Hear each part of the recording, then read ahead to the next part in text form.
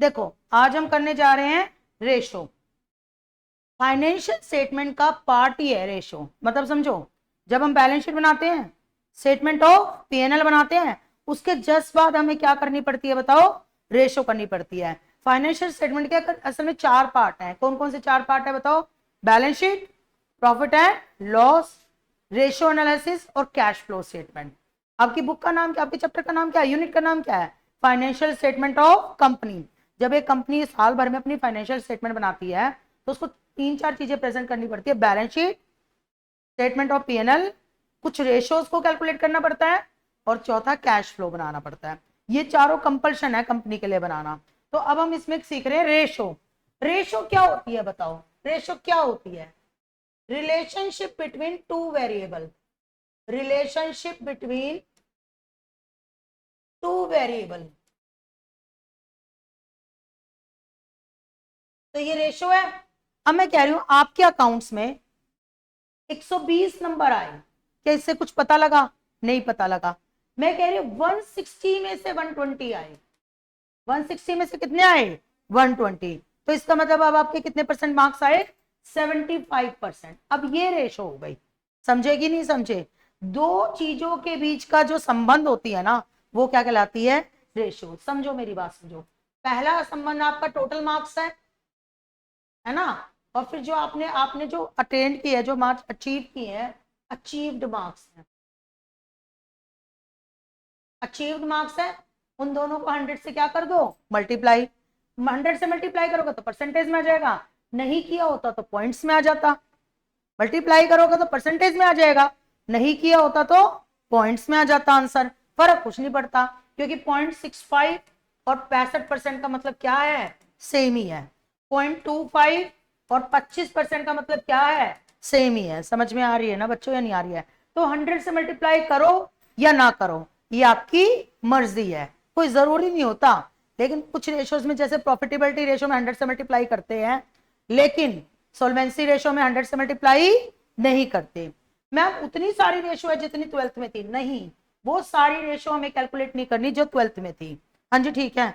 इसमें हमें गिनी चुनी चुनी रेशो कैलकुलेट करनी है, जिसमें एक है हमारी करंट रेशो, जो कि होती है करंट एसेट्स अपॉन में करंट लायबिलिटी।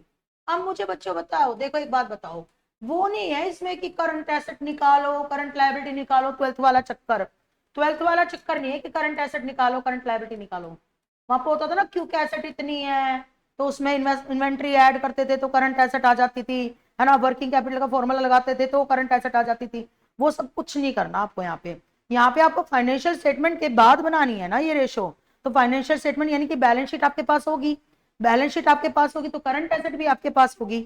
होगी या नहीं होगी? और बैलेंस शीट आपके पास होगी तो करंट लायबिलिटी भी आपके पास होगी।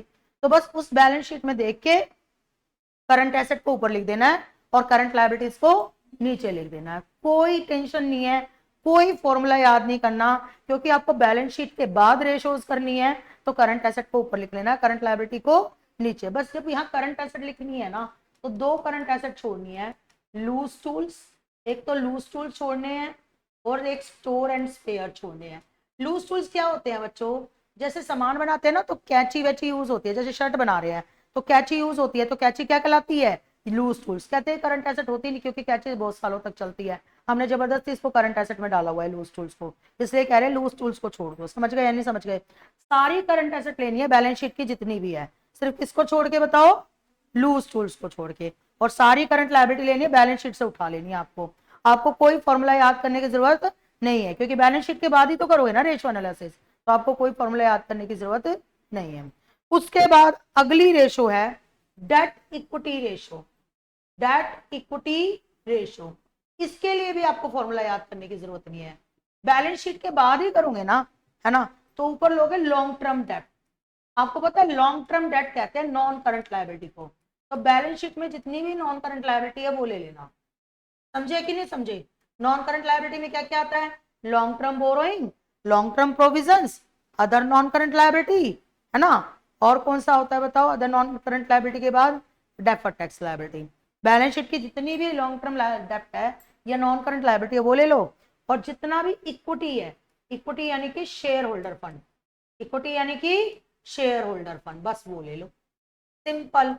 शेयर होल्डर फंड में आपको पता ही है शेयर कैपिटल आती है, रिजर्व एंड सरप्लस आता है, money receive against share warrant आता है। समझे या नहीं समझे? फॉर्मूले अंदर के याद नहीं करने, क्योंकि बैलेंस शीट के बाद रेशो करनी है, राइट। थर्ड, इसके लिए आपको बैलेंस शीट आनी जरूरी है। थर्ड है आपकी डेब्ट सर्विस कवरेज रेशो, डेब्ट सर्विस कवरेज रेशो। इसका भी फॉर्मूला सिंपल पीएनएल से बनाऊंगी। पीएनएल से प्रॉफिट ऑफ करंट ईयर निकलता है, जिसे हम क्या कहते हैं, profit after tax. Profit after tax यानी कि प्रॉफिट ऑफ करंट ईयर। याद है स्टेटमेंट ऑफ पीएनएल बनाते हो, revenue from operation, other income, purchase of inventory, change in inventory, employ benefit, depreciation, finance cost, other expenses. उन दोनों को आपस में माइनस करके प्रॉफिट बिफोर टैक्स निकालते हो, फिर टैक्स उसमें से क्या करते हो, माइनस, प्रॉफिट आफ्टर टैक्स आता है। बस प्रॉफिट आफ्टर टैक्स में से फाइनेंस कॉस्ट के जो आइटम है ना, उसे आपको ऐड कर देना है, इंटरेस्ट को ऐड कर देना है। समझ में आ रही है ना बच्चों? और नीचे फाइनेंस कॉस्ट के आइटम से क्या कर देना है, डिवाइड। समझ गए ना? ये इंटरेस्ट कवरेज रेशो है। ये रेशो ये बताती है कि आपका प्रॉफिट इंटरेस्ट से कितने गुना है। मान लिया ब्याज जा रहा है 1 लाख रुपए और प्रॉफिट आ रहा है 5 लाख रुपए, इसका मतलब आप ब्याज से 5 गुना ज्यादा कमाते हो। अगर 6 बता है ये रेशो, तो आप इंटरेस्ट से 6 गुना ज्यादा कमा रहे हो। 8 है तो इंटरेस्ट से 8 गुना ज्यादा कमा रहे हो। समझ में आ रही है ना? तो this is your interest coverage, डेब्ट सर्विस कवरेज रेशो। समझे या नहीं समझे? सारी रेशो आपको किससे निकालनी है बताओ? बैलेंस शीट से और पीएनएल से। आपको अलग से कोई कैलकुलेशन नहीं करनी। ओके, इसमें आपकी फोर्थ रेशो जो जाएगी ना, जो आपकी फोर्थ रेशो जाएगी, वो कौन सी जाएगी? सुनिए ध्यान से। फोर्थ रेशो जाएगी इसमें return on equity, return on equity. ये भी बड़ा आसान है। इसका फॉर्मूला होता है, मतलब इक्विटी शेयर होल्डर को कितना मिला, इक्विटी शेयर होल्डर को कितना मिला, समझे या नहीं समझे? Return on equity, return on equity.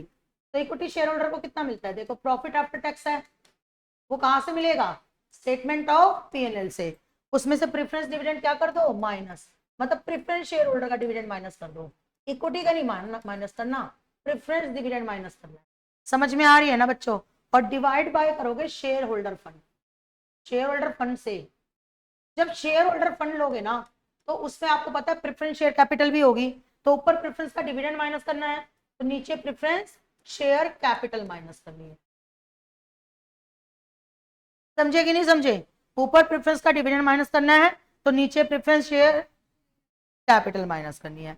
समझ गए या नहीं समझ गए? तो ये मिल जाएगा आपको रिटर्न ऑन इक्विटी, क्योंकि इक्विटी शेयर होल्डर से कितना रिटर्न हुआ है। समझ में आ रही है बात या नहीं आ रही है?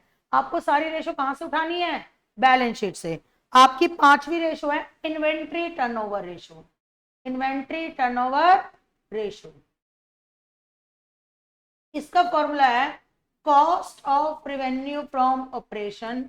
हमारे पास अगर टाइम होता तो हम बहुत डिटेल में डिस्कशन करते कि इन रेशो के ये फॉर्मूले क्यों है, क्योंकि सिलेबस बहुत ज्यादा है, राइट। तो थोड़ा सा आपको लर्निंग पे ध्यान देना पड़ेगा। Cost of revenue from operation upon में एवरेज इन्वेंट्री, और थोड़ा थोड़ा तो फिर भी डिस्कस करेंगे, कोई दिक्कत नहीं है, थोड़ा सा थोड़ा अभी भी डिस्कस करेंगे। Cost of revenue from operation, आपको पता है cost of revenue from operation कैसे आएगा? Cost of revenue from operation थोड़ी सी मेहनत करनी पड़ेगी। आपको याद है एक चेंज इन इन्वेंट्री का नोट बनाते थे, opening stock minus closing stock. तो एक तो चेंज इन इन्वेंट्री का टोटल ले लेना है, और एक आपको लेना है परचेज ऑफ इन्वेंट्री का टोटल, परचेज ऑफ इन्वेंट्री का टोटल। समझ में आ रही है ना? और एक other direct expenses, other direct expenses. Other direct expenses में जैसे वेजेस मिलेंगे, वेजेस आपके कहाँ मिलेंगे? एम्प्लॉय बेनिफिट में। भाई एम्प्लॉय बेनिफिट में आता है ना वेजेस, तो ये किसका फॉर्मूला हो गया बताओ? Cost of revenue from operation का। सारे पीएनएल से उठाने सारे के सारे फॉर्मूले, और अपॉन में एवरेज इन्वेंट्री।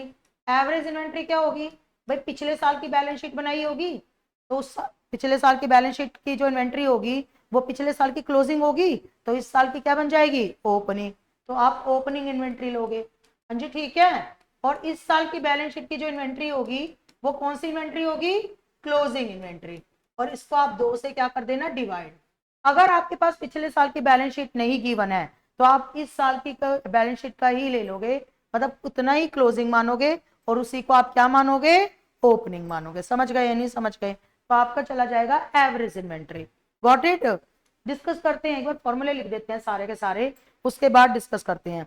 अगली रेशो जो आपकी आएगी वो आएगी trade receivable turnover ratio. Trade receivable turnover ratio, इसमें आएगा credit revenue from operation, credit revenue from operation upon में एवरेज ट्रेड रिसीवेबल। हमें तो ये देखना है पीएनएल से मिलेगा कहां पर ये क्रेडिट रेवेन्यू फ्रॉम ऑपरेशन। देखो मेरी बात सुनो, रिवेन्यू फ्रॉम ऑपरेशन तो मिल जाएगा ना पीएनएल से, पीएनएल से क्या मिल जाएगा, रिवेन्यू फ्रॉम ऑपरेशन।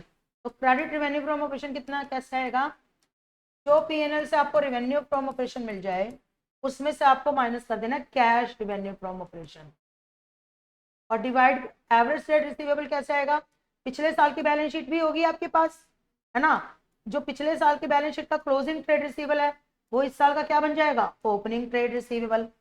अब ये ओपनिंग ट्रेड रिसीवेबल तो ट्रेड रिसीवेबल का हेड से उठा लेना, हाँ जी ठीक है, और इस साल की बैलेंस शीट का क्या बन जाएगा, क्लोजिंग ट्रेड रिसीवेबल, और अपॉन में क्या कर देना बताओ, 2। तो आपकी कौन सी रेशो आ जाएगी बताओ, ट्रेड रिसीवेबल टर्नओवर रेशो। बोलो बच्चों बात समझ में आई या नहीं आई, क्लियर है भाई, नहीं आया ना समझ में। ये मेरी बात सुनो, देखो आपके पास 2 साल की बैलेंस शीट दी होगी, है ना, 31 मार्च 2021 और 31 मार्च 2022, गॉट इट।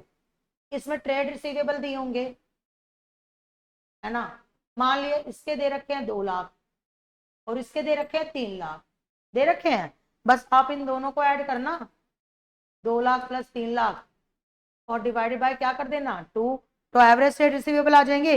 इन केस आपको ओपनिंग वाले गिवन ना हो, सिर्फ कौन से गिवन हो, क्लोजिंग वाले, क्योंकि क्लोजिंग बैलेंस शीट ही बनाओगे आप लोग, तो इसी को आप ओपनिंग मान लेना 3 लाख को, और इसी को ही आप क्या मान लेना, क्लोजिंग मान लेना, तो एवरेज भी कितने आएंगे बताओ, 3 लाख ही आएंगे। समझ गए या नहीं समझ गए, तो ये आपकी आ गई trade receivable turnover ratio, right. ये गिनी चुनी रेशो है जो आपको करनी है, ओके।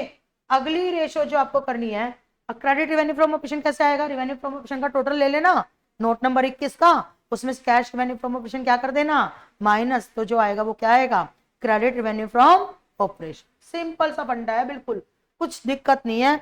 सारा का सारा किससे मिलेगा बताओ, कहां से मिलेगा, बैलेंस शीट और पीएनएल से, क्योंकि रेशो करनी ही उसके बाद है।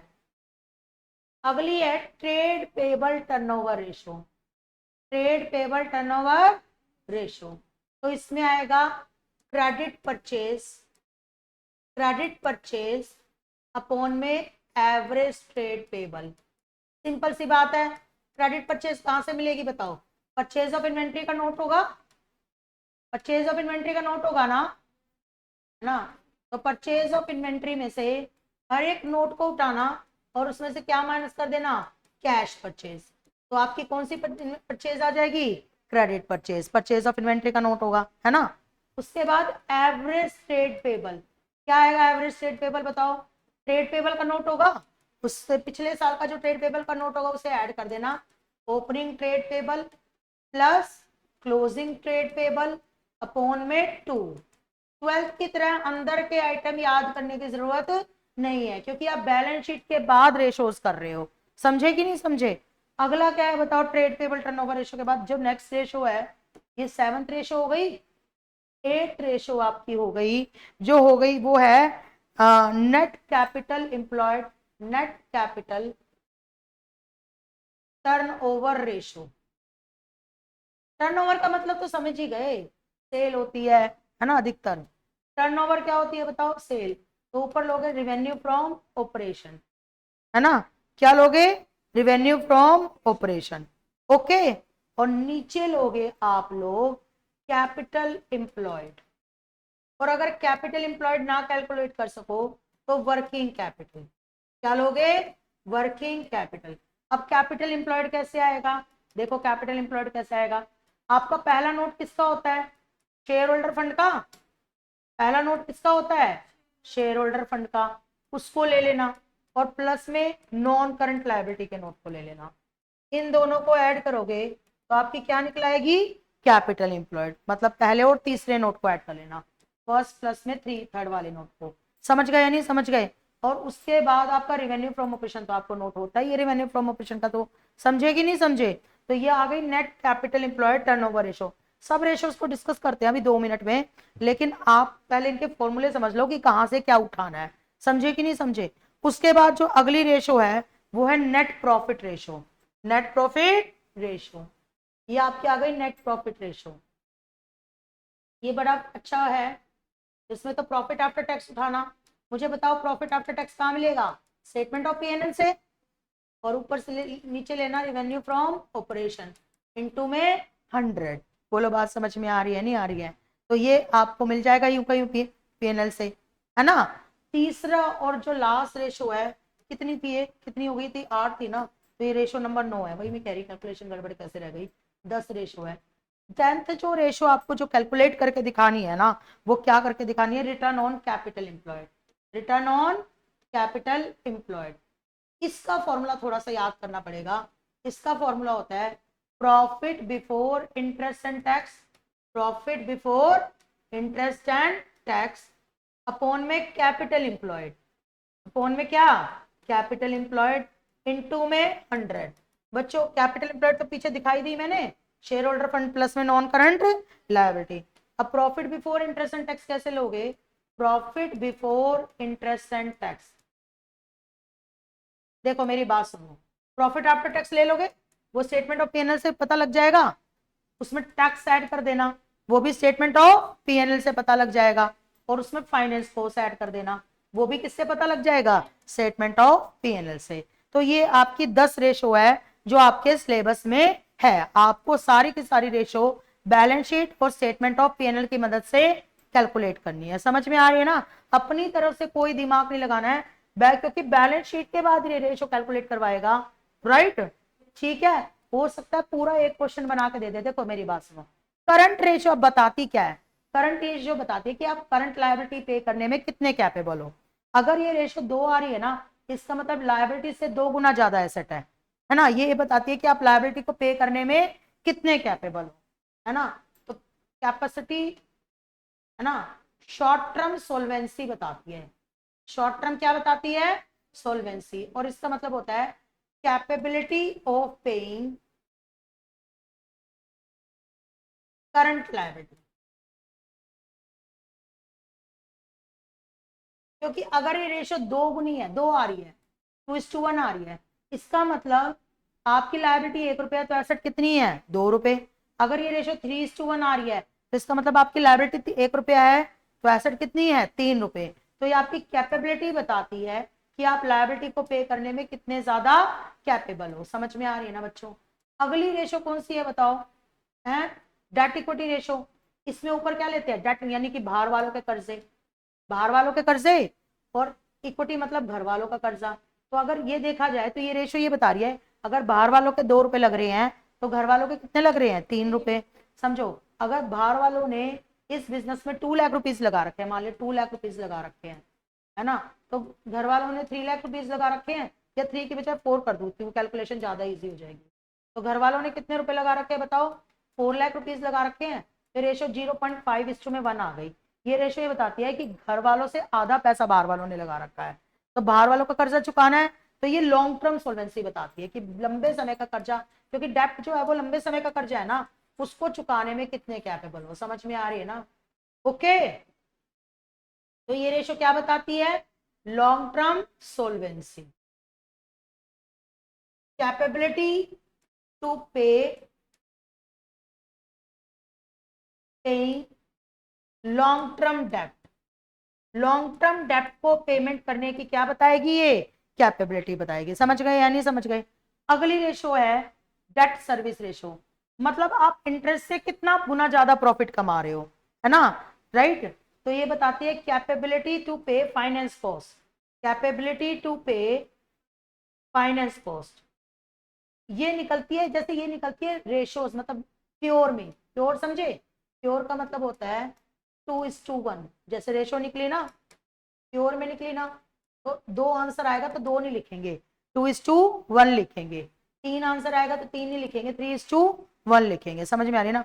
तो ये रेशो निकलती है प्योर में, और ये भी निकलती है प्योर में, पर ये निकलती है टाइम्स में। टाइम्स मतलब अगर 2 आंसर आए तो क्या लिखेंगे, 2 टाइम्स, 3 आंसर आए तो कितना लिखेंगे 3 टाइम्स। तो ये रेशो निकलती है टाइम्स में। समझ गए या नहीं समझ गए? जो प्योर में निकलती है उसको 2:1 करके लिखेंगे, 3 आए तो 3:1 करके लिखेंगे, और जो टाइम्स में निकलती है उसको 2 टाइम्स और 3 टाइम्स ऐसे करके निकलेंगे लिखेंगे। समझ में आ रही है ना? ये बताती है कि फाइनेंस कॉस्ट को पे करने में आप कितना कैपेबल हो, है ना। फाइनेंस कॉस्ट क्या होती है बताओ? ब्याज। अगर ये रेशो 10 आ रही है, 10 टाइम्स आ रही है, तो इसका मतलब है ब्याज से 10 गुना ज्यादा कमा रहे हो, तो बहुत ज्यादा कैपेबल हो ब्याज को पे करने में। ब्याज तो कुछ जा ही नहीं रहा। समझेगी नहीं समझे? तो ये आपकी कौन सी रेशो है? डेब्ट सर्विस रेशो। अगली रेशो कौन सी है? Inventory turnover ratio. Inventory turnover ratio ये बताती है कि इन्वेंट्री कितनी एफिशिएंटली यूज हो रही है। इन्वेंट्री कितनी एफिशिएंटली। देखो मेरी बात सुनो, आपने माल भर के रख दिया 10 लाख रुपए का, बिक रहा है उसमें से सिर्फ 1 लाख रुपए का, तो आपकी इन्वेंट्री ज्यादा एफिशिएंटली यूज नहीं हो रही। लेकिन अगर आपने माल भर के रखा 1 लाख रुपए का और बिक रहा है उससे 10 लाख का, कैसे 1 लाख का माल भरने से 10 लाख की बिक्री कैसे हो सकती है? पहले 1 लाख का बेच दो, फिर जब वो उसका पैसा आ जाए और 1 लाख का खरीद के बेच दो, फिर वो पैसा आ जाए और 1 लाख का खरीद के बेच दो। तो यानी कि आपने पैसा सिर्फ 1 लाख लगाया, लेकिन उससे सेल कितनी बना दी? 10 लाख बना दी। तो आपने इन्वेंट्री ज्यादा एफिशिएंटली यूज की। अगर आपने गोडाउन में 1 करोड़ का माल भर दिया और सेल निकल के आ रही है या प्रोडक्शन निकल के आ रहा है, इन्वेंट्री में प्रोडक्शन निकल के आता है, प्रोडक्शन निकल के आता है 1 लाख रुपए का, तो कोई फायदा ही नहीं है ना। 1 करोड़ का माल भरने के बाद 1 लाख का प्रोडक्शन निकल के आए। लेकिन 1 लाख का माल भरने के बाद 10 लाख का प्रोडक्शन निकल के आए, ये बहुत सही बात है, क्योंकि 1 लाख का माल भर के उसको प्रोड्यूस कर देते हो, उसको बेच देते हो, फिर नया माल खरीद लेते हो। तो इन्वेंट्री टर्नओवर रेशो बताती है efficiency of inventory. Efficiency of inventory, efficiency ratio होती है ये, है ना। और ये भी निकलती है टाइम्स में। इसमें निकलती है टाइम्स में। ट्रेड रिसीवेबल टर्नओवर है।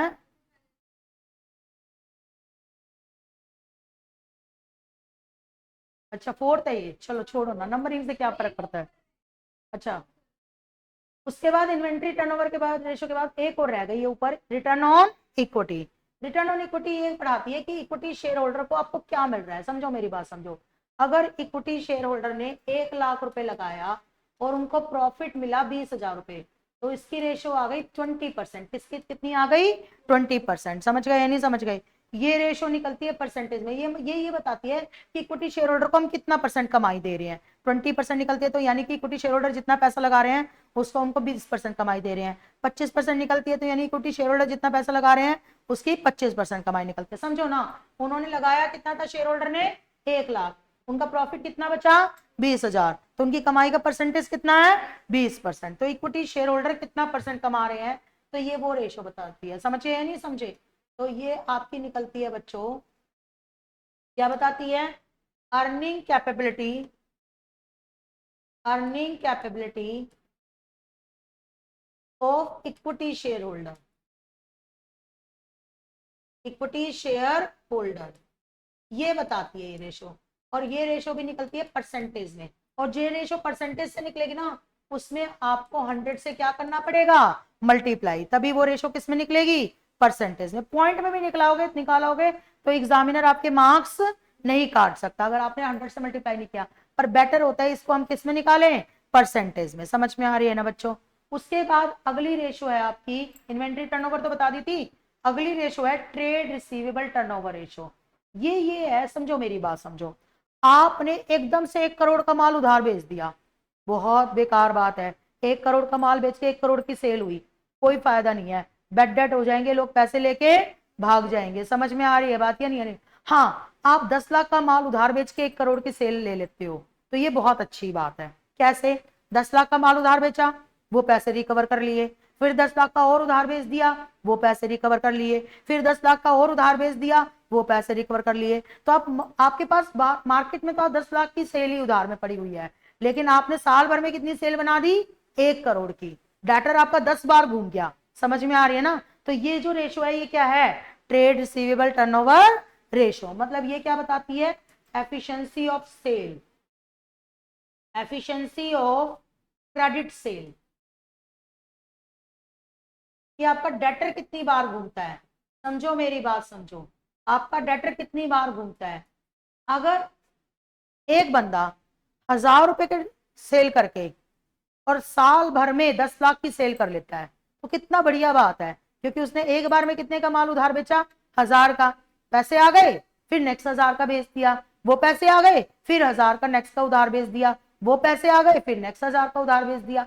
लेकिन दूसरा बंदा क्या कर रहा है, 10 लाख का माल एक ही दम उधार बेच रहा है, फिर पता नहीं पैसे आएंगे या नहीं आएंगे। तो ट्रेड रिसीवेबल टर्नओवर रेशो जितनी भी ज्यादा हो उतनी अच्छी होती है, इन्वेंट्री टर्नओवर रेशो जितनी ज्यादा हो उतनी अच्छी होती है। समझ में आ रही ना। अगली रेशो सारी 12th में भी थी, ट्रेड पेबल टर्नओवर रेशो। ये वही होती है कि आप कितना ट्रेड पेबल में आपका पैसा ब्लॉक होता है और कितना माल खरीदते हो। समझो मेरी बात समझो, 1 लाख का माल खरीदा, पेमेंट कर दी, फिर 1 लाख का माल खरीदा, फिर पेमेंट कर दी, फिर 1 लाख का माल खरीदा, फिर पेमेंट कर दी। साल भर में आपने 10 लाख का माल खरीद लिया, या 10 लाख का माल आप एक ही बार में खरीद लगते हो। समझ में आ रही है ना या नहीं आ रही है। तो ये बताती है efficiency of trade payable, efficiency of trade payable, efficiency of trade payable, ये एफिशिएंसी रेशो का पार्ट होती है। और वो बताती थी एफिशिएंसी ऑफ ट्रेड रिसीवेबल, गलती से क्रेडिट से लिख दिया, एफिशिएंसी ऑफ ट्रेड रिसीवेबल। वैसे एक्सप्लेन करने की जरूरत नहीं है यहाँ पे, है ना। नेट अगली रेशो जो है वो है net capital turnover ratio. Capital में कौन पैसा लगाते हैं बताओ, शेयर होल्डर भी लगाते हैं, बाहर वाले भी लगाते हैं। तो घर वाले और बाहर वाले दोनों ने पैसा लगाया, उससे कितनी सेल मिली। मान लिया दोनों ने मिलकर 10 लाख रुपए लगाए, कितने लगाए, 10 लाख, और उससे आपको सेल कितनी मिली, 1 लाख की। तो आपकी कितने परसेंट आ गई ये बताओ, 10%। कितने परसेंट आ गई ये, 10%। समझ गए या नहीं समझ गए। परसेंटेज में नहीं, इसको टाइम्स में निकाल लो, कैसे भी निकालो, कोई दिक्कत नहीं है। समझ गए। तो ये बताता है कि टोटल कितना पैसा लगाया, मतलब रिटर्न निकालता है, सेल्स निकालते हैं, टर्नओवर निकालते हैं पैसा लगा के। समझ में आ रही है ना, कि आप जो पैसा लगा रहे हो उससे आपको कितनी टर्नओवर रिसीव हो रही है। मान लो एक बिजनेस है, 10 लाख रुपए लगा के 1 लाख की टर्नओवर ले रहा है, और दूसरा बिजनेस 10 लाख रुपए लगा के 5 लाख की टर्नओवर ले रहा है। कौन सा बिजनेस ज्यादा अच्छा है, जो 10 लाख रुपए लगा के 1 लाख की टर्नओवर ले रहा है, या जो 10 लाख रुपए लगा के 5 लाख की टर्नओवर ले रहा है। जो 10 लाख रुपए लगा के 5 लाख की टर्नओवर ले रहा है वो ज्यादा अच्छा है ना। समझो ना मेरी बात। एक बिजनेस तो 10 लाख रुपीज लगा के कितने की टर्नओवर ले रहा है, 1 लाख की, समझे कि नहीं समझे। और दूसरा बिजनेस 10 लाख रुपीज लगा के कितने की टर्नओवर ले रहा है, 5 लाख की। तो कौन सा बिजनेस ज्यादा अच्छा है, 5 लाख वाला ना। तो ये बताती है कि आपने जो बिजनेस में पैसा लगाया है उससे आप कितनी टर्नओवर अचीव कर रहे हो। समझ में आ रहे हैं ना। तो ये बताती है एफिशिएंसी ऑफ कैपिटल एम्प्लॉयड। क्या बताती है, एफिशिएंसी ऑफ कैपिटल एम्प्लॉयड। जितनी भी टर्नओवर रेशो है ना वो एफिशिएंसी ही बताती है, efficiency of capital employed. Right. इसको पॉइंट में परसेंटेज में कैसे भी कैलकुलेट कर दो। समझे कि नहीं समझे। अगला देखिए please, net profit ratio. Net profit ratio ये बताती है कि आपकी सेल पर कितना प्रॉफिट आ रहा है। समझो एक बिजनेस तो 1 लाख की सेल करके 20,000 प्रॉफिट कमा रहा है, और दूसरा बिजनेस 1 लाख की सेल करके 40,000 प्रॉफिट कमा रहा है। तो बताओ कौन सा बिजनेस ज्यादा अच्छा है, ये 20% कमा रहा है, ये 40% कमा रहा है। तो डेफिनेटली कौन से वाला बिजनेस ज्यादा अच्छा है, सेकंड वाला बिजनेस ज्यादा अच्छा है ना। तो ये आपकी जो रेशो है ये क्या बताती है बताओ, आपकी प्रॉफिटेबिलिटी। ये प्रॉफिटेबिलिटी बताती है आपकी, समझे कि नहीं समझे। तो प्रॉफिटेबिलिटी बताती है, तो प्रॉफिटेबिलिटी है ये रेशो है। और ये कैलकुलेट होती है परसेंटेज में, किसमें, परसेंटेज में। इनटू 100 लगा हुआ है ना, तो किसमें कैलकुलेट होगी ये, परसेंटेज में। अगली रेशो है return on capital employed. Capital employed मतलब दोनों ने लगा रखा है, किसने लगा रखा है, इक्विटी ने और डेप्ट ने, इक्विटी ने और डेप्ट ने, मतलब घर वालों ने भी और बाहर वालों ने, उनको कितना प्रॉफिट मिल रहा है। देखो मेरी बात सुनो, ये बता रही थी घर वालों और बाहर वालों ने पैसा लगा के कितनी सेल मिल रही है, और यहाँ घर वालों और बाहर वालों दोनों का पैसा लगा के कितना प्रॉफिट मिल रहा है। समझ में आ रही है बच्चों या नहीं आ रही है, क्लियर हो गई। इसमें एक चीज बतानी रह गई मेरी, क्या, वर्किंग कैपिटल। तो आप वर्किंग कैपिटल का फॉर्मूला तो जानते हो, current assets minus current liability. हर बच्चे को पता है ये तो वर्किंग कैपिटल का फॉर्मूला, समझे कि नहीं समझे। तो हर रेशो अपने आप पे कुछ ना कुछ क्या करती है, एक्सप्लेन करती है, इसलिए इसको फाइनेंशियल स्टेटमेंट का ही क्या माना जाता है, पार्ट।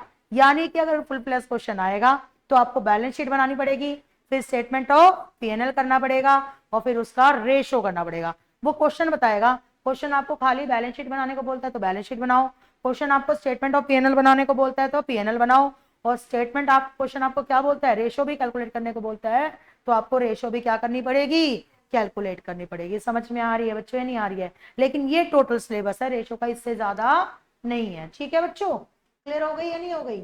अब हम इसका, हाँ जी बच्चों, अब हम है ना एक क्वेश्चन करेंगे जिसमें हम बैलेंस शीट बनाएंगे और स्टेटमेंट ऑफ पीएनएल बनाएंगे।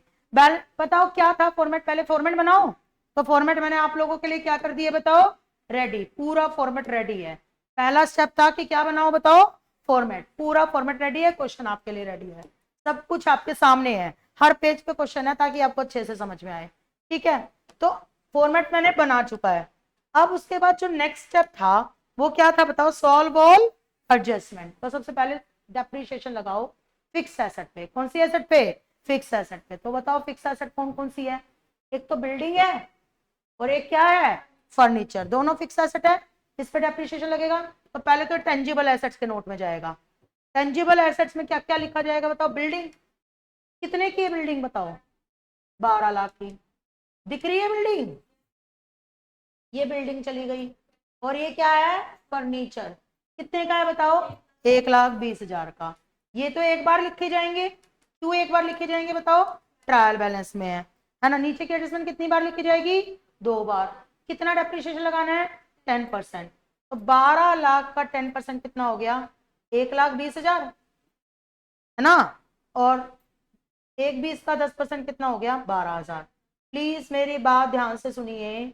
12 लाख का 10% 1,20,000 और 1,20 का 10% 12,000। तो ये आ गया आपका 10,80,000 और ये आ गया 1,08,000। और ये डेप्रिसिएशन तो नीचे दिया था, तो ये कितनी बार आएगा? 2 बार। तो ये डेप्रिसिएशन 2 बार लिखना पड़ेगा, बिल्डिंग का और फर्नीचर का। दूसरा कहाँ जाएगा? डेप्रिसिएशन एंड अमोर्टाइजेशन एक्सपेंसेस में। कहाँ है डेप्रिसिएशन का? ये रहा डेप्रिसिएशन का नोट, है ना। क्या क्या लिखा जाएगा बताओ? डेप्रिसिएशन ऑन बिल्डिंग कितना लिखा जाएगा बताओ? बिल्डिंग का कितना था बताओ? 1,20,000। और डेप्रिसिएशन ऑन फर्नीचर कितना था? डेप्रिसिएशन ऑन फर्नीचर बताओ? 12,000। ठीक है बच्चों, समझ में आया? अगली एडजस्टमेंट सॉल्व करो। अगली एडजस्टमेंट क्या है? Stock value 7,20,000। तो स्टॉक कहाँ है बताओ? पहले बात तो स्टॉक ढूंढो, स्टॉक ढूंढो, ओपनिंग स्टॉक ढूंढो। ये रहा ओपनिंग स्टॉक। कितने का ओपनिंग स्टॉक? पहले नंबर डाल के देखना पड़ेगा, गलत ना हो जाए। फर्नीचर 1,20 का है, मोटर व्हीकल 1,15 का है, इन्वेस्टमेंट 8,5 का है, परचेज तो ओपन ये है आपका 8 लाख का। ओपनिंग स्टॉक कितने का है बताओ? 8 लाख का। समझे कि नहीं समझे? तो ओपनिंग स्टॉक किस नोट में जाएगा? चेंज इन इन्वेंट्री के नोट में। तो ओपनिंग स्टॉक गया हमारा चेंज इन इन्वेंट्री के नोट में। कहाँ है चेंज इन इन्वेंट्री का नोट? ये रहा। ओपनिंग स्टॉक कितना है बताओ? 8 लाख। और अब इसमें से क्लोजिंग स्टॉक क्या कर देंगे? माइनस 7,20,000।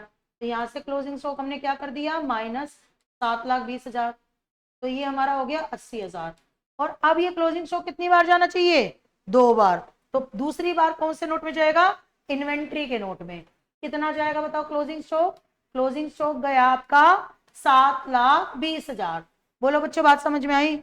ओपनिंग स्टॉक आपका एक ही बार जाएगा, कौन से नोट में बताओ? इन्वेंट्री। और चेंज इन इन्वेंट्री कौन से नोट में? Change in inventory. लेकिन क्लोजिंग स्टॉक 2 बार जाएगा, एक बार चेंज इन इन्वेंट्री में और एक बार इन्वेंट्री के नोट में। आगे आगे सुनिए। डेटर 1,60,000 के ड्यू है 6 महीने से ज्यादा के। मतलब 1,60,000 के डेटर ऐसे हैं जिनकी पेमेंट 6 महीने से अभी ही नहीं आई। तो इसके 2 इफेक्ट नहीं होते बेटा, इसका एक ही होता है। पहली बार डेटर देखो कितने के हैं, 5,60,000 के। उसमें 1,60,000 के डेटर ऐसे हैं जिनकी पेमेंट 6 महीने से ज्यादा नहीं आए। अब पता है जो 6 महीने पुराने हो गए ना, पॉसिबिलिटी उनकी बेड डेट बनने की ज्यादा होती है, तो इसलिए उनको ट्रेड रिसीवेबल के नोट में अलग दिखाया जाता है। कैसे? More than 6 month, more than 6 month कितने के हैं? 160 के। और less than 6 month, less than 6 month total debtor कितने के हैं? 560 के ना। उसमें से 160 के 6 महीने से ज्यादा के हैं, तो 4 लाख के अभी तुरंत तुरंत के हैं। मतलब समझो ना, जिस बच्चे ने 6 महीने से मेरी फीस नहीं दी वो देगा ही नहीं, मोस्ट प्रोबेबली उसकी चांसेस है कि वो देगा ही नहीं। तो मोर देन 6 मंथ 1,60,000, तो लेस देन 6 मंथ कितने हो गए? 4 लाख। मतलब इसी के 2 टुकड़े हो रहे हैं, 1,60,000 और 4 लाख। तो इसलिए इसका सिर्फ सिंगल इफेक्ट आता है क्योंकि ये ऊपर वाले की बात करता है।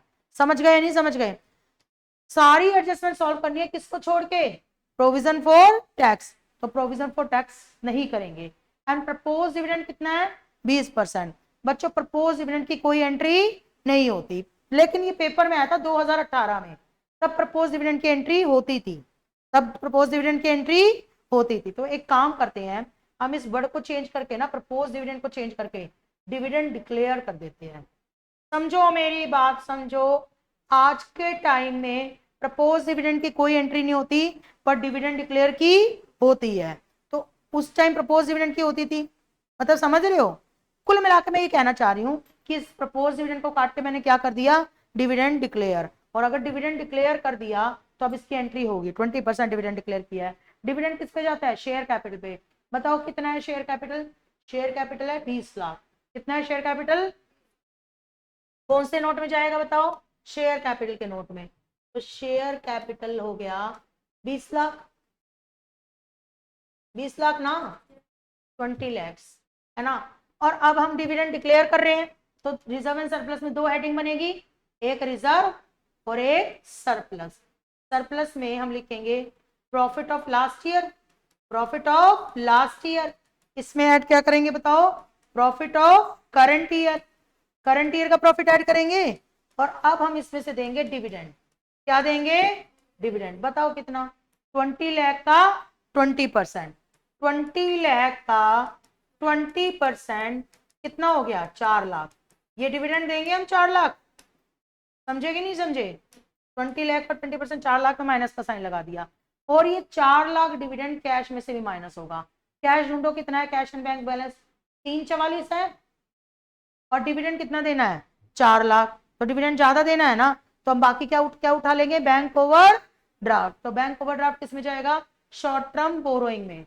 बैंक ओवर ड्राफ्ट किस में जाएगा? शॉर्ट टर्म बोरोइंग में। कहाँ है शॉर्ट टर्म बोरोइंग नोट? ये रहा, bank over draft. 4 lakh rupees पे करने हैं, और हमारे पास कैश कितना है अभी? 344। तो बाकी हमारा क्या बन गया बताओ? Short term borrowing. ठीक है, कितना बन गया बताओ शॉर्ट टर्म बोरोइंग? बताओ 56,000। अंडरस्टूड?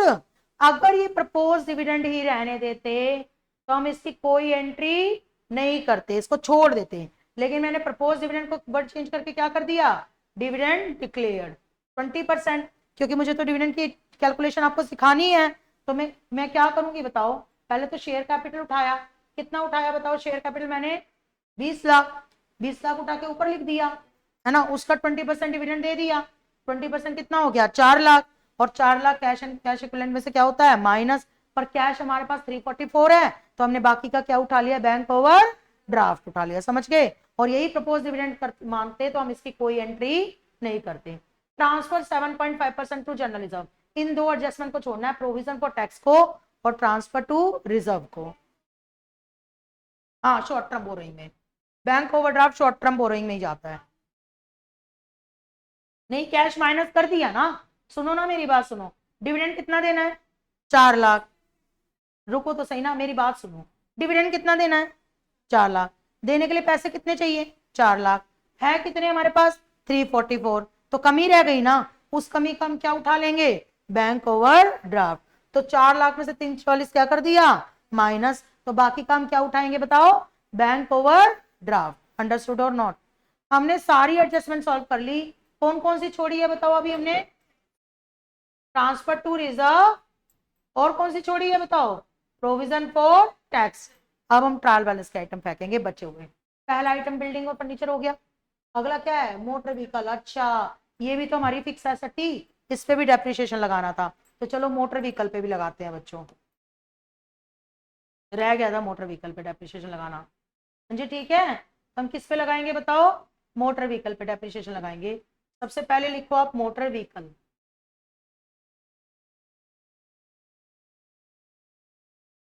मोटर व्हीकल कितने के हैं? मोटर व्हीकल अब इस पे डेप्रिसिएशन कितना लगेगा? 10%। कितना हो गया डेप्रिसिएशन? 11,500। हाँ जी ठीक है, राइट। 1,15 में से 11,500 गए तो कितने बचे बताओ? 1,03,500। हाँ जी ओके। राइट। और ये डेप्रिसिएशन 11,500 किस में जाएगा? डेप्रिसिएशन एंड अमोर्टाइजेशन में। कहाँ है डेप्रिसिएशन एंड अमोर्टाइजेशन का नोट? अगले पेज पे है ना। डेप्रिसिएशन ऑन मोटर व्हीकल, क्योंकि सारी टेंजिबल एसेट पे लगना था ना 11,500। उसके बाद मोटर व्हीकल हो चुका। इन्वेस्टमेंट किस में जाएगी? नॉन करंट इन्वेस्टमेंट में। तो नॉन करंट इन्वेस्टमेंट में इन्वेस्टमेंट डालो, कितनी है बताओ? नॉन करंट इन्वेस्टमेंट में इन्वेस्टमेंट डालो, कितनी है?